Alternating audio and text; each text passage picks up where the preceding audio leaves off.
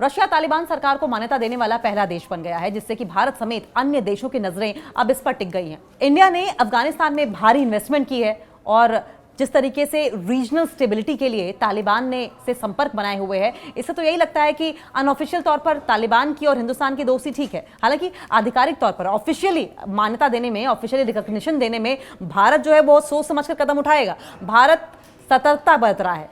अगर हम international forum पर देखें, वैश्विक समुदाय के रुख और तालिबान के कार्यों का आकलन करें, तो हिंदुस्तान पूरी तरीके से सोच समझकर पूरा चेक एंड बैलेंस करने के बाद ही इस पर कोई कदम उठाएगा। काबुल पर सत्ता संभालने के करीब 4 साल बाद रशिया ऐसा पहला देश बना जिसने तालिबान सरकार को ऑफिशियली रिकॉग्निशन दी है, ऑफिशियली मान्यता दे दी है और उसके साथ अब पूर्ण रूप से अपने रिश्ते स्थापित कर लिए हैं। पूरी तरीके से अपने रशिया ने तालिबान के साथ रिलेशन स्टैब्लिश कर लिए हैं।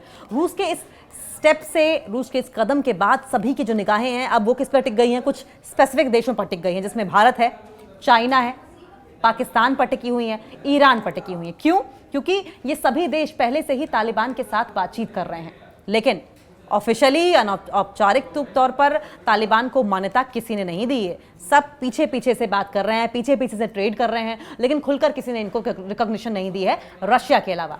रशिया के इस फैसले का स्वागत करते हुए अफगान विदेश मंत्री आमिर खान मुक्तकी ने कहा है कि हम रशिया द्वारा उठाए गए इस करेजियस स्टेप, इस साहसी कदम की हम तारीफ करते हैं, हम सराहना करते हैं और ईश्वर की इच्छा से ये दूसरों के लिए भी एक नजीर बनेगा, एक एग्जाम्पल सेट होगा। जिस तरीके से रशिया ने तालिबान को रिकॉग्निशन दी है, धीरे धीरे करके बाकी देश भी सामने आएंगे और वो भी धीरे धीरे करके तालिबान को रिकॉग्निशन देने लगेंगे।